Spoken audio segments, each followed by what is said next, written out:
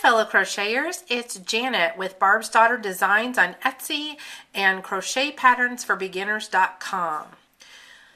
I've had a lot of requests over the last several months after the holidays to put up more videos. I really haven't been very good at this, so it's sort of my New Year's resolution, even though we're 4 months into the new year now. I really know that I want to help my customers, and they say that the patterns are easy, but if they want to learn crochet, they really need some more help with that. So we're going to start with just the beginning crochet and learning how to pick yarns for things, or why yarns are picked, and just what all this stuff means. So I'm going to talk today about a yarn that I like to use a lot of, and that is this Karen 1 pound. And if you've ever bought, excuse my dogs, if you've ever bought patterns with me, you know that I use this yarn a lot. I think it's a great yarn. I like it because it's a worsted number 4, and we'll talk about that here in a second. But for an acrylic yarn, it's pretty soft, and I really like that. So I like working with this. I like how it drapes, and you'll probably see a lot more of it in my patterns as we continue along here.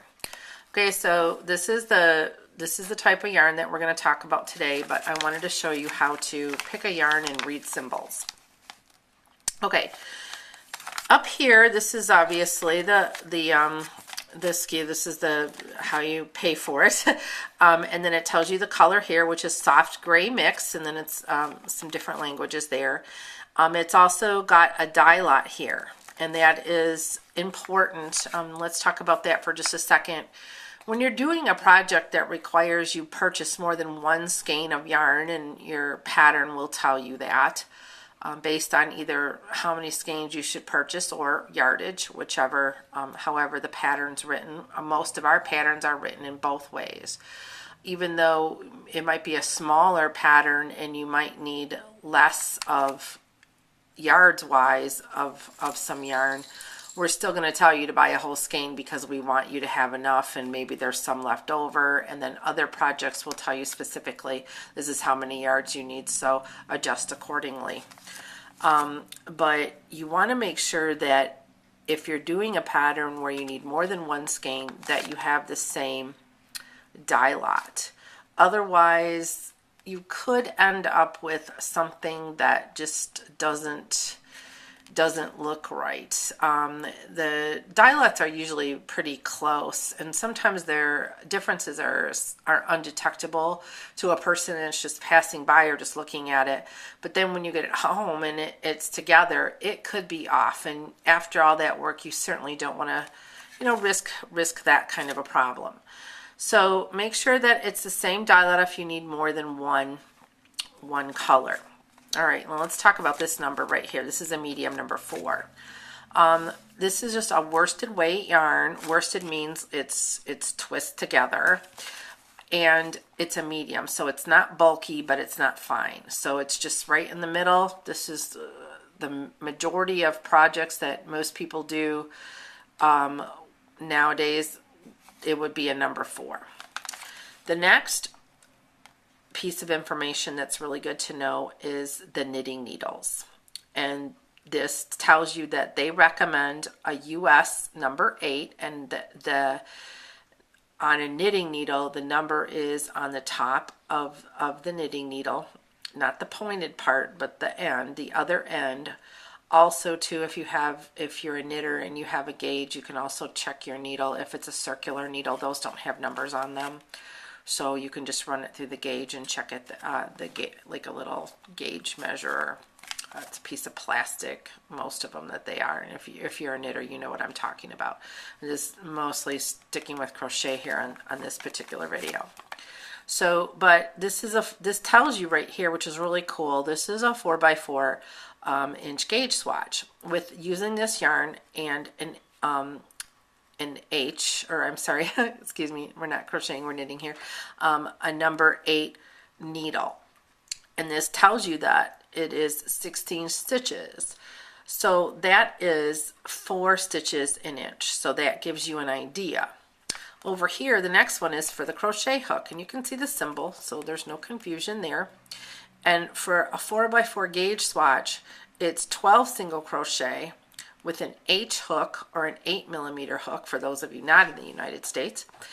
And that gives you 3 stitches per inch. So those are 2 very useful things when you're looking at something, even to design something.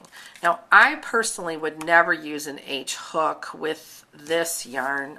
It would produce a pretty stiff piece, and I guess that's okay if you want something that's really tight, that's not gonna hang. If you're making a sweater or something like that, then this is not going to be the hook that you want to use here, unless you're using really big stitches like a double and a triple crochet or something like that.